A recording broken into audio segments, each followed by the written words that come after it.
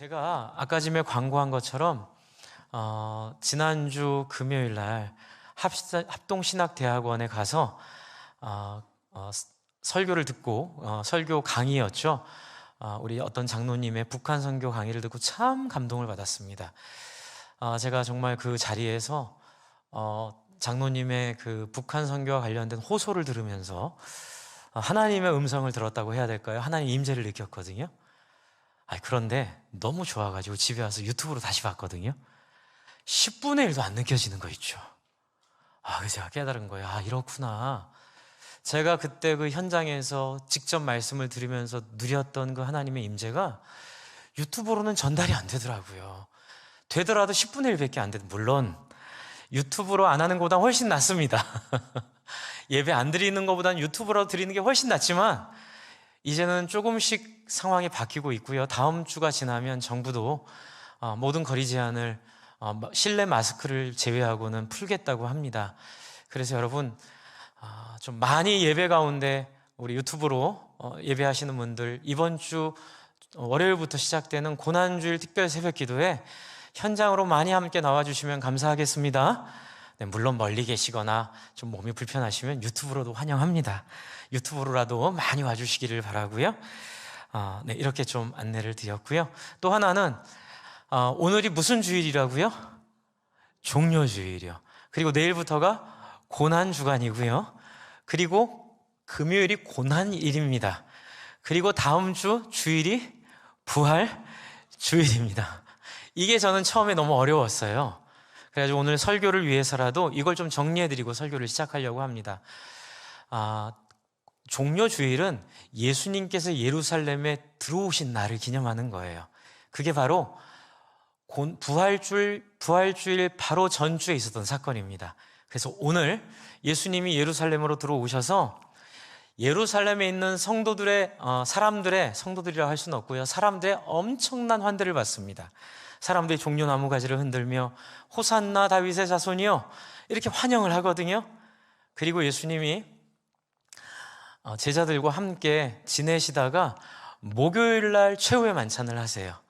이제 오늘 이 말씀은 목요일날 최후의 만찬이 끝나고 제자들에게 들려주신 예수님의 기도의 내용입니다. 그러니까 오늘 종료주일이지만 저희가 설교로 나누는 17장 말씀은 언제 얘기라고요? 목요일날 얘기예요. 그리고 이 기도가 끝난 다음에 마태복음과 누가복음에 나와 있는 기도처럼 이 잔을 내게서 멀리해 달라고 땀이 피가 될 정도로 몸부림치며 기도하신 그 기도의 시간이 제자들과의 만찬이 끝난 그날부터 그 다음날 아침까지 그렇게 기도를 그날 저녁이었죠. 그날 저녁에 그렇게 기도를 열심히 하시다가 잡혀가세요. 밤중에 잡혀가셔서 예수님이 신문을 받으시죠. 그러다가 베드로가 예수님을 모른다고 부인하자 뭐가 되죠? 새벽닭이 꼭끼요 하고 울잖아요. 새벽닭 운 그 시간이 금요일날 새벽이었어요. 그래서 금요일날 새벽에 예수님이 신문을 당하시고 금요일날 하루 종일 이렇게 끌려다니다 결국은 금요일날 십자가에 달리십니다. 금요일날 십자가에 달리셔서 장사 지낸 바 되시고요. 그리고 안식일이었던 토요일날을 지나고 우리가 지금 지키고 있는 주일날 아침에 새벽에 예수님의 무덤을 찾아간 사람들이 봤는데 무덤이 비어있죠. 그래서 이 흐름을 여러분이 잘 기억하시면 이 고난주간을 묵상하는 데 도움이 되시리라 생각합니다. 그래서 우리가 고난주간을 지내긴 하지만 고난주간이 통으로 다 고난주간이 아니라 고난일은 목요일 저녁부터 금요일, 이 상징적으로 우리에게 고난과 예수님의 죽음을 보여주고 있습니다. 그래서 오늘 말씀은 그 종료주일이지만 예수님의 기도를 좀 저희가 보려고 합니다. 사람들이 환호했던 그 예수님, 사람들이 이렇게 환대했던 예수님, 그 예수님께서 그 환대에 속지 않으세요. 그리고 제자들을 데리고 예수님이 자기가 죽어야 된다는 사실을 알려주고, 그리고 제자들을 위해 마지막으로 하실 사랑을 베푸십니다. 그 사랑이 요한복음 13장에 나오는 제자들을 데리고 예수님이 최후의 만찬을 베푸시고 세족식을 하셨던 사건입니다. 그리고 이제 오늘 이 요한복음 17장을 통해서 예수님은 기도를 알려주세요. 그리고 기도를 보여주세요. 그래서 여러분, 예수님의 오늘 이 17장의 이야기를 통해서 우리가 먼저는 예수님의 기도를 배웠으면 좋겠습니다. 네, 그리고 두 번째는 예수님께서 기도로 알려주신 목적이 하나 있어요. 그게 이제 뭔지 여러분이 설교 끝나면 여러분 딱 정리가 되기를 바랍니다. 그 목적을 위해 우리도 예수님의 기도에 응답하는 차원으로 예수님의 기도의 목적에 우리가 호응했으면 좋겠습니다. 네, 그래서 결국은 우리가 예수님처럼 하나님께 기도하고 예수님처럼 하나님 앞에 살아갈 때에 예수님이 겪은 고난을 이기신 것처럼 우리도 우리의 고난을 이기는 성도님이 됐으면 좋겠습니다. 그래서 이 목적을 가지고 오늘 설교를 할 거고요. 그리고 이 목적은 제가 지금 여러분과 함께 나누고 있는 VIP를 정하기 위해서 이 책과도 일맥상통해요. 여기서 이 정재준 장로님께서 하시는 얘기는 뭐냐면 자기의 영적 건강을 체크해 보라는 거예요. 근데 그걸 뭘로 하라고 하냐면요, 기도를 통해서 하라고 합니다. 맞죠? 좀 우리 얘기라. 그래서 오늘 이 예수님의 기도를 통해 이 책에 나와 있는 영적 건강을 우리가 체크하고 여러분이 잘 수술을 받아서 예수님의 뜻 가운데 제대로 된 신앙생활을 맛볼 수 있도록 한번 우리를 돌아봤으면 좋겠습니다. 그래서 한번 볼게요. 여러분 17장 오늘 전체를 볼 텐데요. 17장 전체는 어렵지 않아요. 계속 하나의 메시지가 반복되고 있습니다. 그 메시지는 뭐냐면요, 하나됨이에요. 하나됨을 두고 계속 예수님은 이야기를 하나님과의 기도를 통해서 하나됨을 기뻐하시고, 그리고 그 하나됨을 감사해 하시고, 그리고 그 하나됨이 제자들 안에 있기를 바라시고, 또 그 하나됨이 제자들과 예수님과 하나님과 이루어지기를 바라시고, 그리고 그 하나됨이 또 이 제자들을 통해 전도될 사람들 속에 있기를 바라십니다. 간단하죠, 여러분? 네, 답은 뭐예요? 우리의 하나됨을 예수님이 엄청 원하시고 그것을 향하여 하나님이 엄청 우리에게 바라고 계신다는 사실을 예수님의 기도를 통해 우리에게 보여주고 계세요. 어쩌면 예수님의 고난의 목적도 뭘까요? 저는 예전에 이게 정리가 잘 안 됐어요. 예수님 왜 고난 받으셨지? 처음에는 어떻게 생각을 했냐면요, 우리가 천국 가게 하시려고 예수님이 우리를 위해 대신 대가로 지불해 주셔서 고난 받으셨어요. 왜 거기서 멈추었어요? 그러다 보니까 어떤 부작용이 있냐면요, 아이고 미안해서 어쩌지? 이거 받아도 되나? 예수님이 우리 위해 이렇게 고난 받으셨는데, 근데 나중에는 할 수 없지, 뭐 주시면 받아야지. 하나님 감사합니다. 그리고 예수님 고난 받았지, 난 어떻게 살아야 돼요? 즐겁게 살아야 돼요. 그 세상에서 예수님이 날 위해 고난 받으셨으니까 마지못해 받는 것처럼 어쩌면 좋아요 라고 말하고 어떻게 살아요? 땡큐 하고 살던 대로 사는 거예요. 그러라고 고난 주신 게 아니더라고요. 그러라고 고난 받으신 게 아니에요.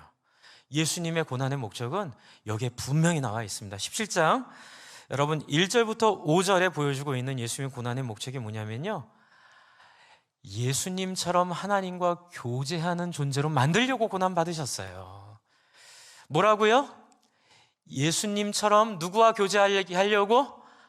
하나님과 교제하게 하려고 예수님이 고난을 받으셨어요. 그런데 여러분, 예수님이 하나님과 교제할 수 있었던 비결이 여기 나와요. 우리도 이걸 배워야 되지 않겠습니까? 여러분, 하나님과 교제하고 싶으시죠? 하나님 만나고 싶으시죠? 네, 비결이 몇 절에 있냐면요, 17장 4절에 있습니다.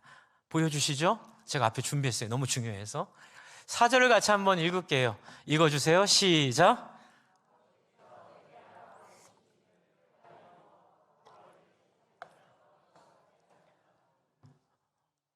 잘 보세요. 뭐라고요?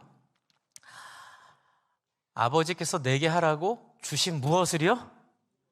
일을 내가 이루어 그래서 아버지를 이 세상에서 영화롭게 했다 그래요.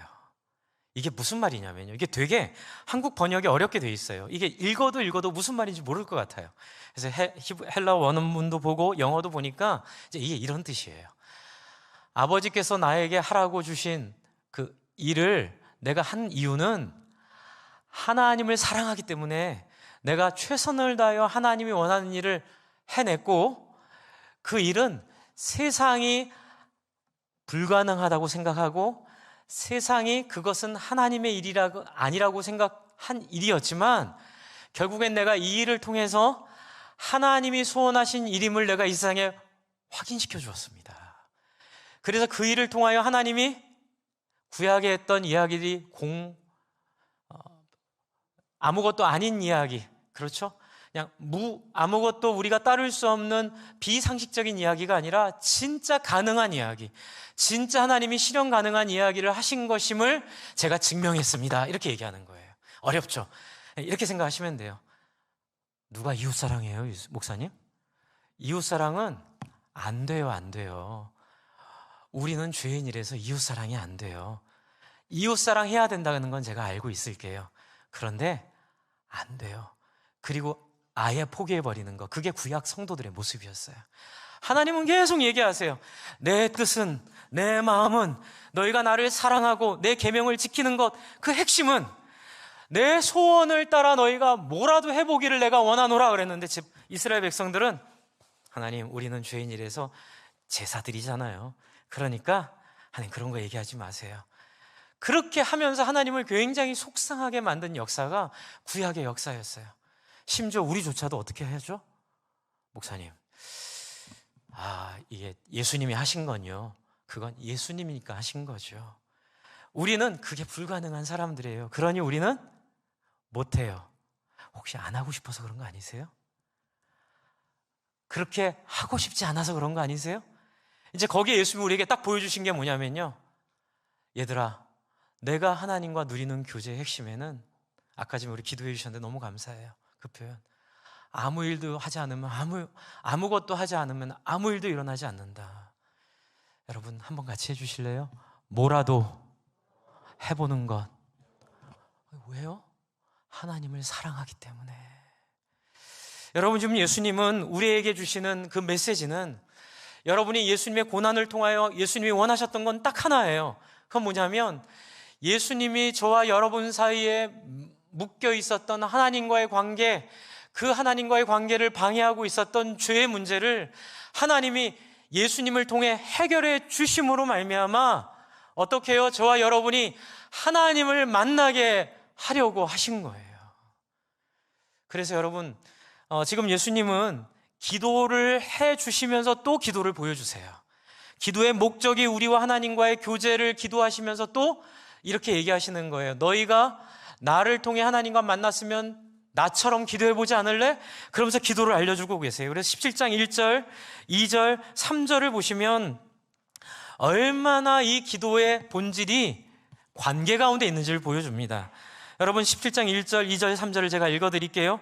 예수께서 이 말씀을 하시고 눈을 들어 하늘을 우러러 이르시되, 아버지여, 때가 이르렀사오니 아들을 영화롭게 하사 아들로 아버지를 영화롭게 하게 하옵소서. 아버지께서 아들에게 주신 모든 사람에게 영생을 주게 하시려고 만민을 다스리는 권세를 아들에게 주셨음 이로소이다. 영생은 곧 유일하신 참 하나님과 그가 보내신 자 예수 그리스도를 뭐 하는 거라고요? 아는 것입니다. 이게 이제 중요합니다. 아는 것이다. 여러분, 신앙은요, 예수님과의 관계예요.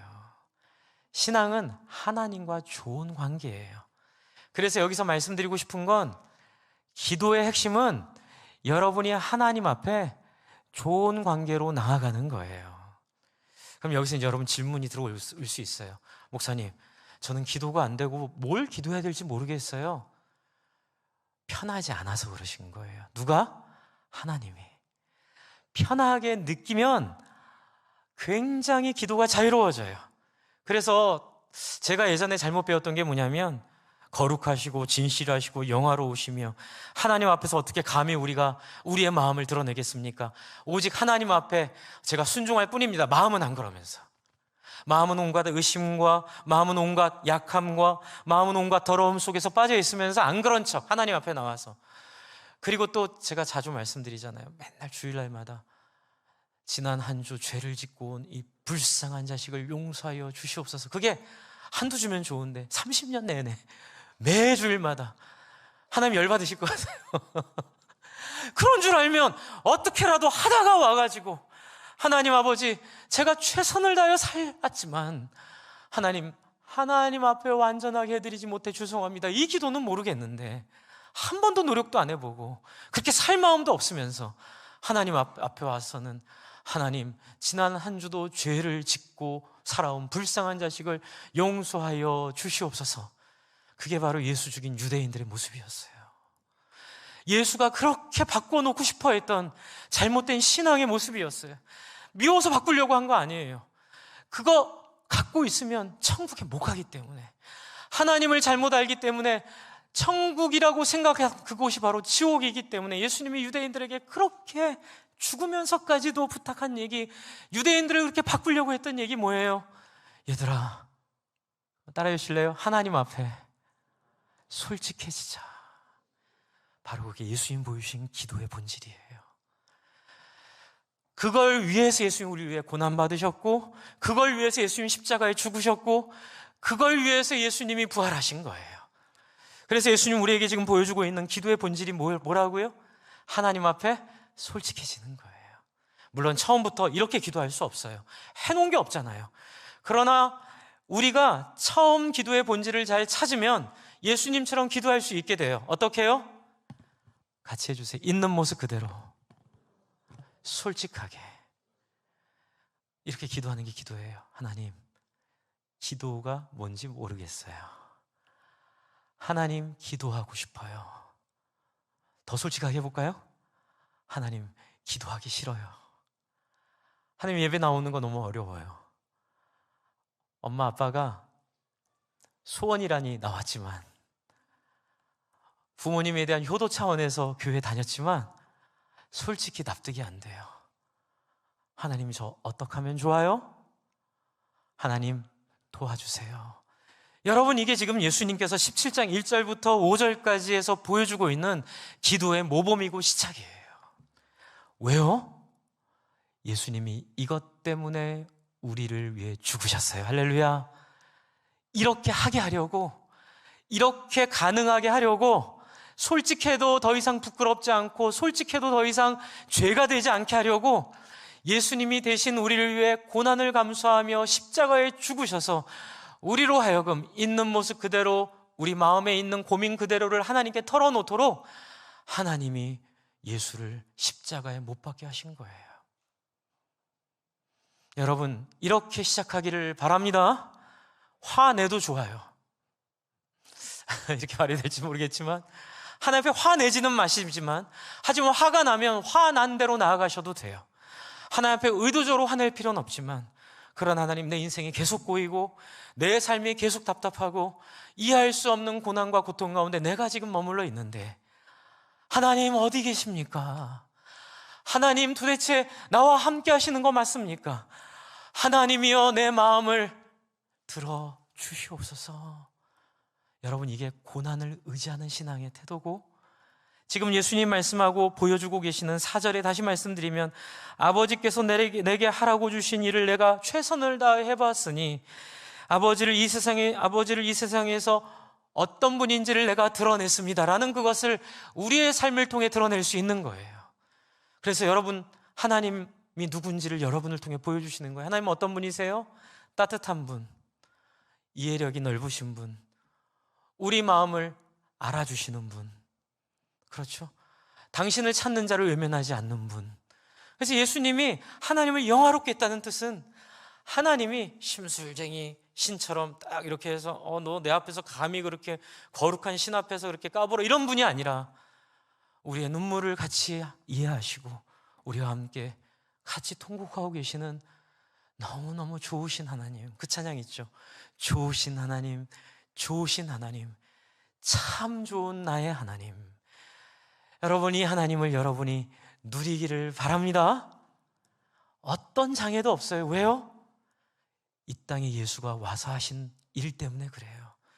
그래서 아버지께서 내게 하라고 주신 일을 내가 다 이루었기에 우리는 그의 고난을 힘입어, 그의 피를 힘입어 마음껏 하나님 앞에 나아가 기도할 수 있게 되었습니다. 그러니 여러분 앞에, 하나님 앞에 나아가 두려워하지 마시고 솔직하게 있는 모습 그대로를 하나님 앞에 보여주시면 됩니다. 그리고 요한복음 1장 29절을 잠깐 보여주세요. 1장 29절. 이제 그렇게 해도 된다고 확증해주는 구절 중에 하나인데요. 이 고난 주간이니까요. 같이 한번 읽어주시겠어요? 시작.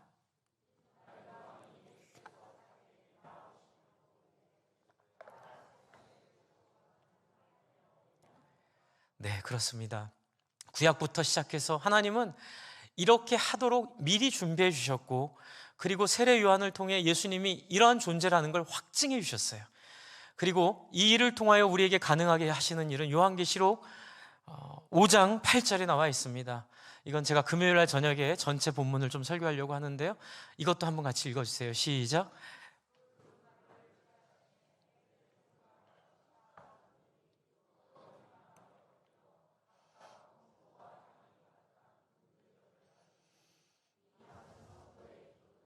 아멘.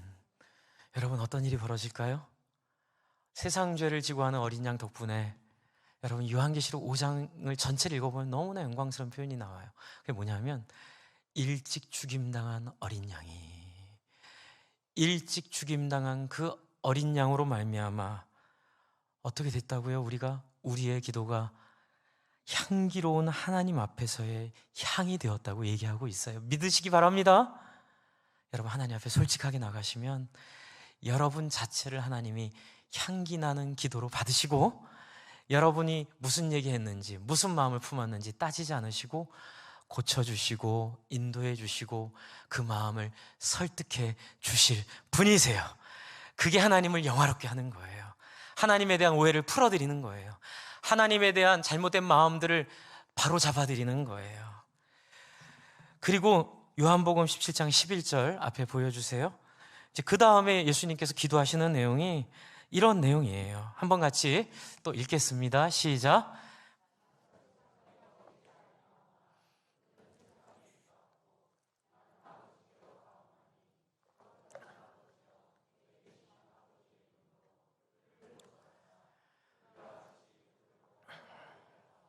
네, 그렇습니다. 제가 아까 말씀드렸죠?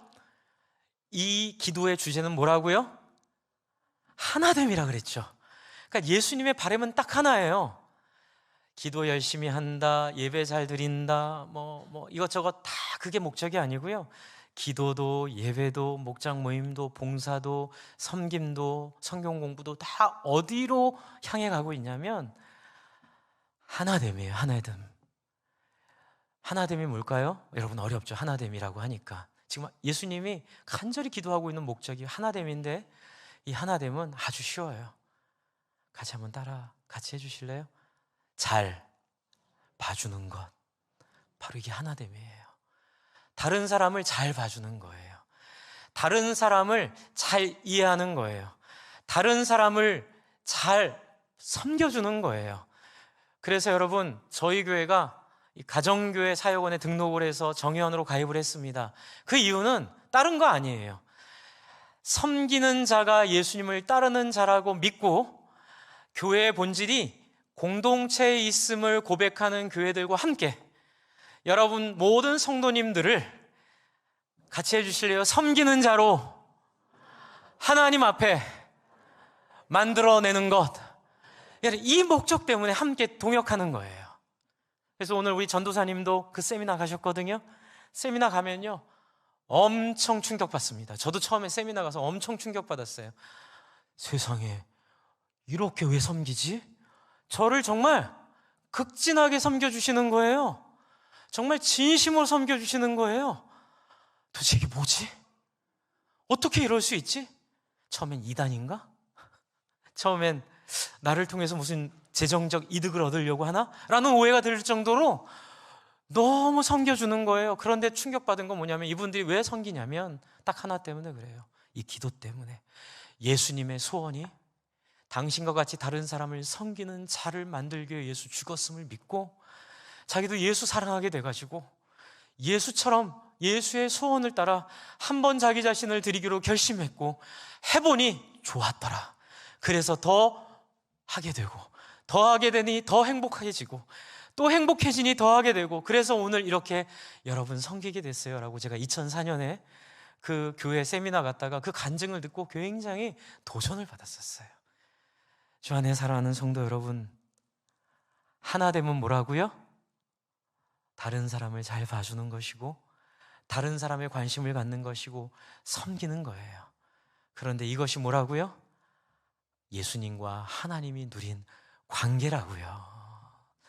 여러분, 신앙의 본질은 뭐 신학적으로 탁월해지고 잘 알고 그거 다 목적이 아니에요. 딱 하나 목적이에요.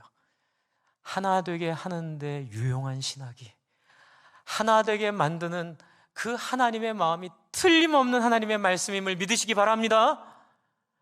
막 알면 더 교만해지고 알면 다른 사람을 정죄하는 건, 그거는 하나님의 마음을 잃어버리고 자기가 주인이 되고 자기가 그 가운데 왕이 돼가지고 하나님을 이용하는, 만들어진 신으로 하나님을 황금 송아지로 바꿔놓는 그런 죄에 빠지게 되는 거예요. 그러니 주 안에 사랑하는 성도 여러분, 이거 꼭 기억해 주세요. 예수님의 17장 11절의 기도, 나는 세상에 더 있지 아니하오노나 그들은 세상에 있사옵고 나는 아버지께로 가옵나니 거룩하신 아버지여, 내게 주신 아버지의 이름으로 그들을 보전하사 깨닫게 하사 경험하게 하사 여기에 마음을 두게 하사, 어떻게 해요? 우리와 같이 그들도, 여기서 중요한 건 우리와 같이 그들도 하나 되게 하옵소서. 그래서 여러분, 다른 사람 안 받아들여지는 거 목숨을 걸고 거슬러야 돼요.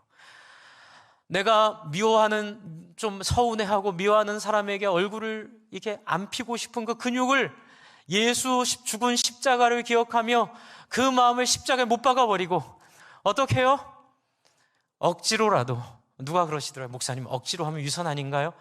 같이 해주실래요? 위선도 성령이 역사하시면 진심이 된다. 믿으십니까? 네, 우리에게 위선이라도 하라는 거예요. 그래서 얼굴 근육을 누가 그러더라고요? 얼굴 근육만큼 정직한 게 없다고요? 그래서 거스르는 거예요. 예수 십자가에 죽은 그 마음으로, 나도 십자가에 못 박힐 마음으로 한번 웃어보세요. 죄송합니다만 활짝 웃으세요. 사람들을 활짝 웃는 마음으로 섬겨주시고 교제해주시고 나눠주시는 건 바로 뭐예요? 예수처럼 예수의 고난에 동참하는 것임을 믿으시기 바랍니다. 우리 옛날에 그렇게 배웠죠. 그 고난일날, 금요일날 저희 패션 오브 크라이스트 뭐 이런 영화 보면서 예수님의 고난, 그래서 막 우리가 어떻게 예수님의 고난에 동참할까. 그래서 필리핀의 어떤 좀 너무 오버한 신앙인들은 막 자기를 십자가에 진짜 못 박는 행사를 해요. 여러분, 그거 예수님이 정말 답답해 하실 것 같아요. 예수님의 고난에 동참하는 건 웃는 거예요. 다른 사람들을 환대하는 거예요. 다른 사람들과 우정으로 들어가는 거예요. 왜요? 그게 우리를 거스르는 고난이기 때문에 그래요. 그렇죠? 우리는 본능적으로 다른 사람을 잘해줄 수 없죠? 여기에 못을 박는 구절이 하나 있어요. 그게 바로 요한복음 17장 15절이에요. 앞에 나옵니다. 이것도 한번 같이 읽어볼게요. 요한복음 17장 15절입니다. 시작!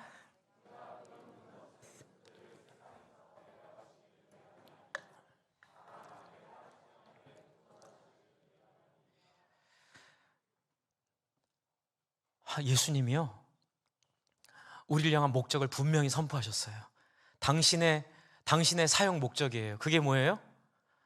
우리를 이 땅에 있는 고통과 고난에서 건지는 게 목적이 아니고요, 우리가 이 땅에 있는 고통과 고난 속에서 하나님이 참 기쁨임을 보여주는 샘플로 만드시는 게 하나의 목적이라는 거예요. 그러니까 저는 처음에 신앙생활 할 때에 예수 믿으면 가난해지지 않고, 예수 믿으면 늘 성취하고, 예수 믿으면 늘 건강하고, 예수 믿으면 늘 높은 자리에 올라가고, 예수 믿으면 늘 다 잘 되는 거라고 생각을 했는데, 예수님은 그게 아니라고, 우리에게 오해하지 말라고, 착각하지 말라고 우리에게 말씀하고 계시는 거예요.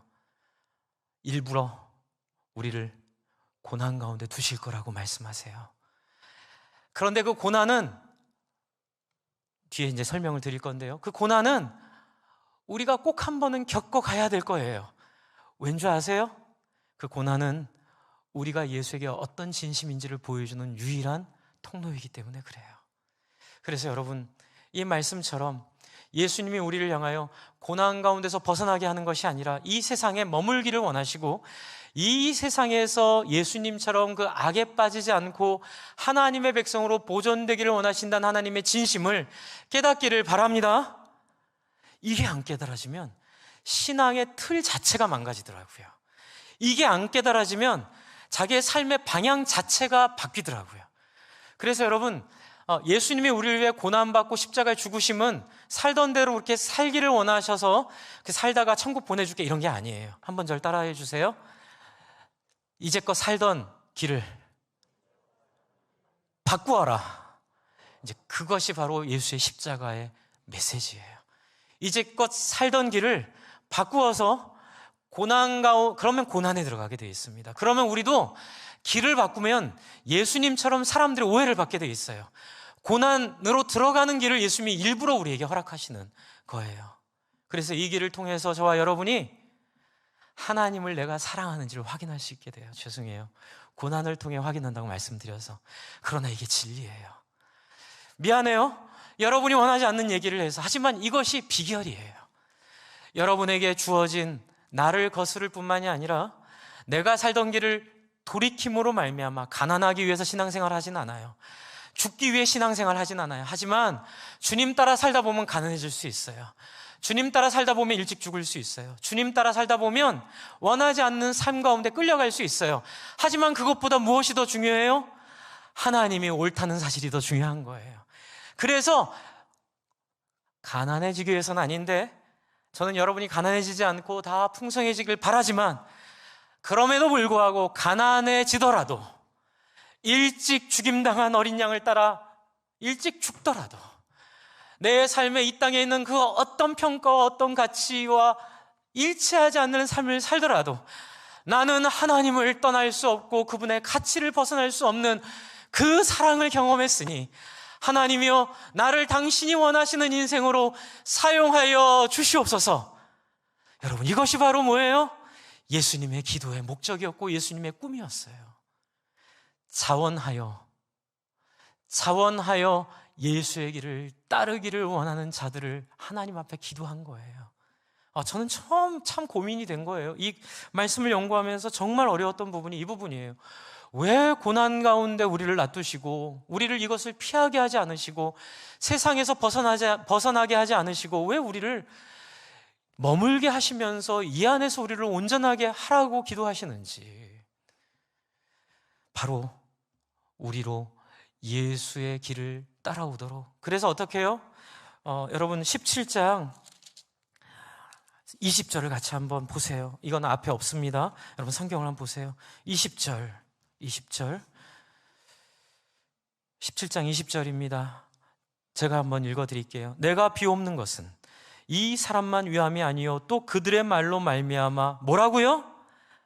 나를 믿는 사람도 위함이니. 바로 이 부분 때문에 그래요. 성령님은 능력이 있고 하나님은 이 우주를 만드신 능력자임에도 불구하고 인간이 인간을 만나 설득해야만 사람이 바뀌는 존재로 우리를 만드셨어요. 그게 뭐예요? 인격적인 존재라는 뜻이에요. 여러분, 사람은요 하나님이 아무리 소원하셔도 인간을 억지로 바꾸려고 하지 않으세요. 인간을 어떻게 바꾸세요?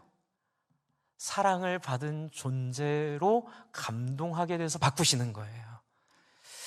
여러분, 예수님의 희생과 관련된 예화가 하나 있는데 이 예화를 짧게 말씀드리면 1920년대에 미국 샌프란시스코에 있었던 일이랍니다. 근데 진짜인지 의심될 정도로 너무 쇼킹한 얘기예요.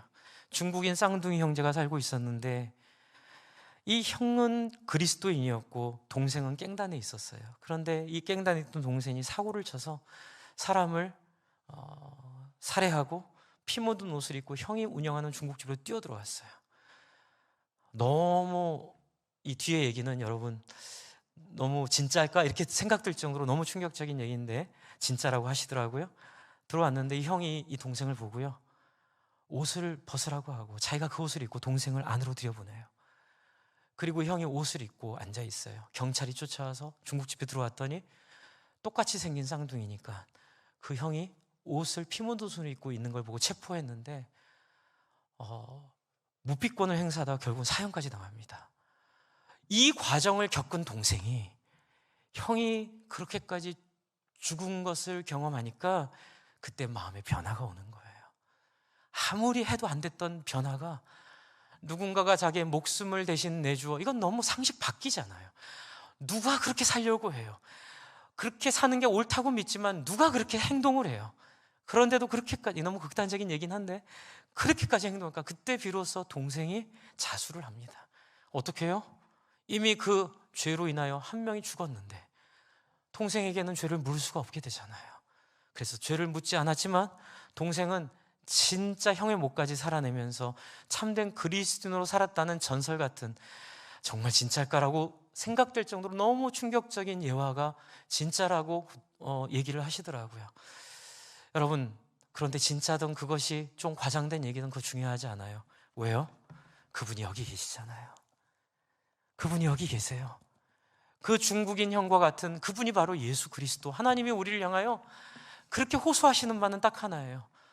너희를 통하여 유일한 변화가 있게 될 것이고, 너희가 하지 않으면 변화도 없을 것이고, 너희가 해야만 너희 뒤에 오는 사람들이 하나님을 알고 변화될 것인데 같이 해주지 않을래? 이렇게 얘기하시는 거예요. 나 도와주지 않을래? 누가 이 일에 같이 동참하지 않을래? 예수님은 거기까지만 얘기하세요. 해라 마라, 왜 안 하냐, 왜 그렇게 사냐 한마디도 안 하세요. 단지 울고 계세요. 가슴을 치고 계세요. 통곡하고 계세요. 하나님, 저 영혼이 인생의 참된 가치를 깨달아 세상이 따라가는 바벨탑을 쌓는 길로 쫓아가다가 영혼을 털리지 않고 하나님 앞에 진정한 가치가 무엇인지를 깨달아 거기에 자기의 인생을 내어주는 사람 되기를 하나님 간절히 기도하나이다.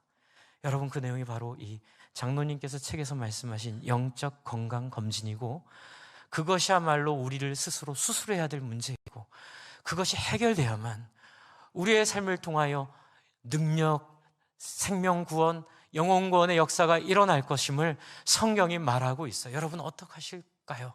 저도 어떻게 해야 될지 고민하는 거예요. 여러분, 당연한 답은 나와 있죠? 어떻게 하면 되죠? 우리가 주의 길을 따라가겠나이다. 할렐루야. 여러분, 이것이 출애굽기에 굳이 하나님이 모세를 통해서 백성들의 대답을 요청하신 이유예요. 하나님은 우리의 자원하고 자발적인 대답을 듣기 원하세요. 십자가, 내가 처음 볼 때에 나의 마음에 큰 고통 사라져. 오늘 믿고서 뭐라고요? 내 눈 밝았네. 참 기쁨 영원하도다. 할렐루야. 이 땅에 어찌 살 것인가를 고민하는 인생에 기쁨이 있는 것이 아니고, 이 땅에 편하게 행복하게 세상적인 가치를 따라 사는 삶에 예수님이 우리를 도와주셔서 그 삶을 성취해서 행복한 것이 아니라, 우리의 진정한 행복은 그 안에 있는 것이 아니고, 우리의 진정한 행복은 영혼을 품고 섬기며 예수처럼 다른 사람을 위해 희생하는 한 인생으로 자신을 드리는 데 있음을 예수님이 우리에게 호소하고 계시는 거예요. 누구 한 명 없습니까? 그렇게 살 사람 한 명 없습니까? 그 사람을 지난주에 말씀드린 것처럼 보배를 발견한 사람을 하나님은 천하를 다니며 찾았던 진주처럼 여기시며, 그를 너는 내 썩을라, 내 보배, 출애굽기 19장에 얘기하셨던 내가 너를 내 보배로 여기고 진주로 여기고 모든 것들을 얻은 것보다 더 큰 기쁨으로 행복해하는 하나님을 만나시기를 바랍니다.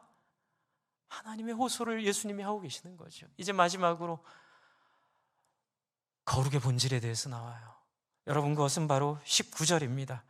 17장 19절 같이 한번 또 어떻게 해야 거룩해지는지, 무엇이 거룩인지가 여기 나와요. 같이 한번 읽겠습니다. 시작.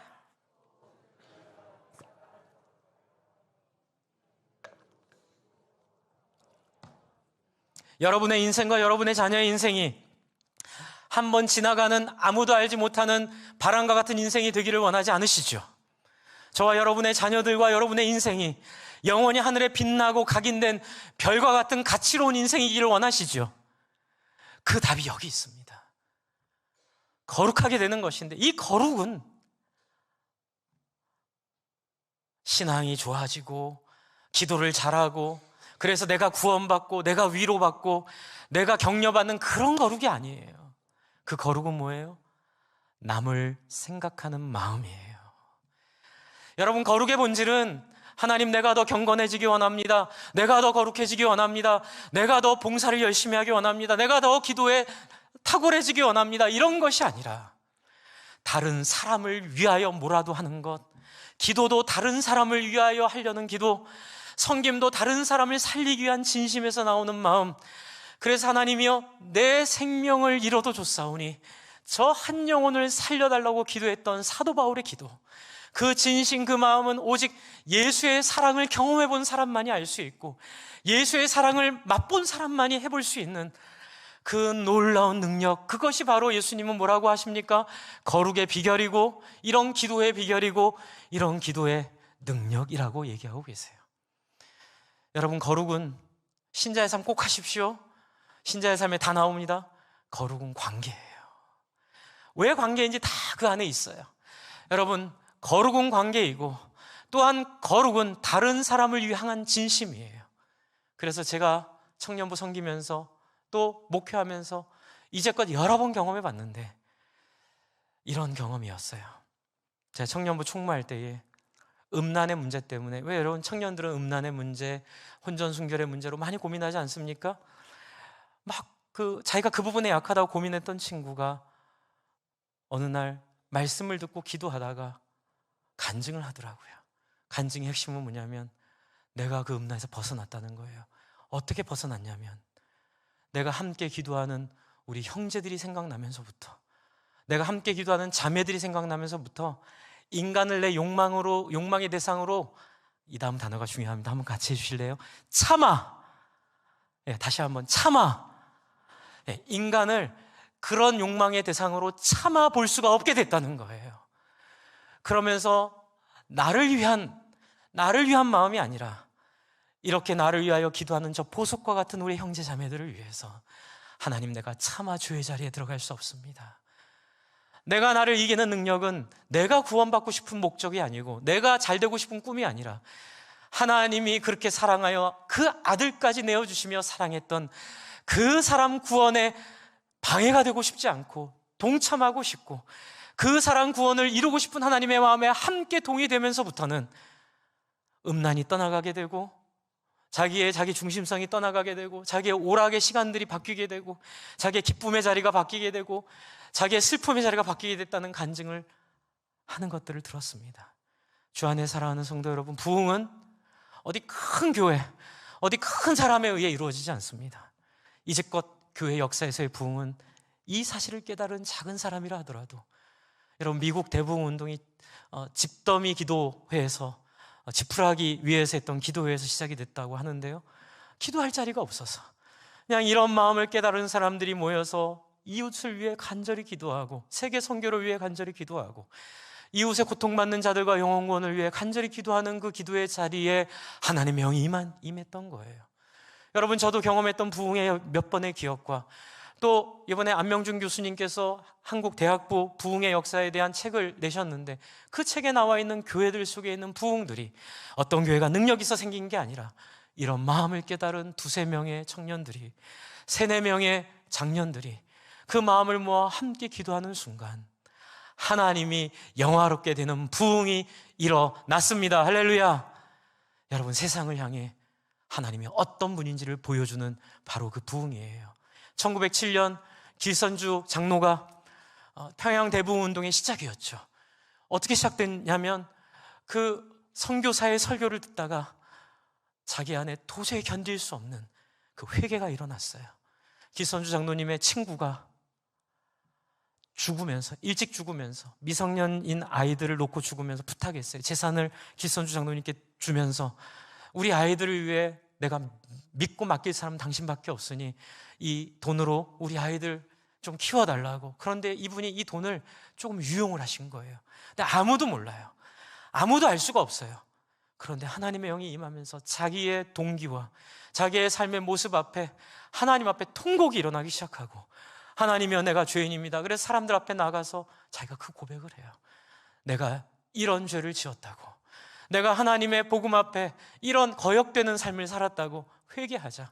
여기저기서 아주 다양한 자기의 욕망과 자기의 삶 속에 살았던 사람들이 앞에 나와 누가 시키지도 않았는데 그렇게 고백하기 시작하면서 주의 영이 임하여 모든 사람들의 마음이 다른 사람을 사랑함으로 열리게 됐고, 다른 사람을 사랑하지 않는 자신을 화여 나로 망하게 되었도다. 누가 나 같은 존재를 사랑할 수 있을까 통곡하고 가슴을 치는 놀라운 부흥의 역사가 일어났습니다. 저는 우리 안에도 이 부흥이 있을 줄로 믿습니다. 여러분 마음을 조금만 열어주세요. 여러분의 상식을 조금만 물려주세요. 여러분의 마음의 확신들, 여러분이 살아왔던 그동안의 인생의 모든 확신들을 조금만 열어주시고, 여러분 안에 한 번도 경험해보지 못했던, 어쩌면 또 옛날엔 경험했지만 세상적인 욕망과 세상적인 걱정으로 덮여버렸던 그 잿더미들을 다 치우고 다시 주님 앞에 이 기도 앞으로 여러분을 가지고 나아가기를 소망합니다. 뭐라고요? 또 그들을 위하여 내가 나를 거룩하게 하오니. 한번 같이 해주실래요? 또 그들을 위하여 내가 나를 거룩하게 하오니. 타자를 향한 마음, 이웃을 향한 그 은혜를 주의 성령께서 이번 고난주간에, 부활주일에 여러분에게 부어주실 줄로 믿습니다. 우리 함께 같이 기도할까요? 하나님, 우리가 이렇게 하나님 앞에 솔직히 기도하기를 원합니다. 내 안에는 이웃을 향한 마음이 없고 내 안에는 오직 종교성만 남아있는데, 하나님 나를 불쌍히 여겨 주십시오라고 기도할 때에 하나님께서 나를 고치시고 바꾸셔서 결국에는 다른 사람을 위하여 나를 거룩하게 하는 이 지경 예수의 마음을 깨닫게 하실 줄로 믿습니다. 하나님이여 나와 함께 해달라고, 하나님 내 안에 함께 임재해달라고 여러분 시간 주님 한번 불러가며 함께 같이 기도하겠습니다. 주여, 하나님 아버지 하나님, 우리 가운데 함께하여 주시옵소서. 하나님 우리 가운데 주의 영으로 임재하여 주시옵소서. 우리 가운데 하나님의 고난의 이유를 깨닫게 하여 주시고, 고난받음이 다른 사람을 위하여 살도록 인도하시는 우리의 영이고 우리의 삶이고 우리의 중심임을 깨닫도록 하나님 인도하여 주시옵소서. 하나님 우리의 영적인 세계가 아버지 너무나 하나님 내 중심적인 신앙생활, 우리의 영적인 생각이 내가 위로받고 내가 깨달음을 얻고 내가 무엇을 깨닫는 거기에 집중되어 있는데, 하나님 다른 사람들을 섬기고 다른 사람들을 세우고 다른 사람들을 위로하고 격려하며 다른 영혼들이 하나님께 돌아오는 인생을 그 어떤 것보다도 비교할 수 없는 다채로운 것으로 여기게 되는 놀라운 변화, 놀라운 능력이 우리 가운데 나타나도록 하나님이여 주의 영을 우리에게 부어 주시옵소서. 하나님이여 우리 가운데 임재하여 주시옵소서. 하나님 우리의 영적 건강을 점검하며 우리 안에 병든 부분들을 수술하기를 원합니다. 하나님 그래서 다시 본질로 돌아가고 원리로 돌아갑니다. 예수님이 그 마음에 품고 하셨던 기도, 아버지여 저들도 나처럼 다른 일을 위한 거룩을 깨닫게 하시고 그 거룩을 통하여 내가 하나님과 하나 된 것처럼 저들이 나와 하나 되며 또한 저들이 서로 하나 되어 나와 하나님과 성령님과 나를 믿는 자들과 또 나를 믿는 자들을 통해 나를 따라오는 자들이 온전히 하나 되는 그 꿈들을 예수님 기도하셨음을 저희가 이 시간 배웠습니다. 하나님 우리 모든 성도님들에게 이 하나님의 소원 이루어 주시옵소서. 이 하나님의 꿈 성취하여 주시옵소서. 그리하여 말로만의 기독교가 아니라, 언어로만의 기독교가 아니라 삶으로의 기독교, 증거로의 기독교, 능력으로의 기독교가 온 세상에 드러나 하나님을 세상 사람들이 두려워하며 인정하며 높여드리는 하나님을 영광스럽게 하는데 우리를 사용하여 주시옵소서. 예수님 이름으로 기도합니다. 아멘.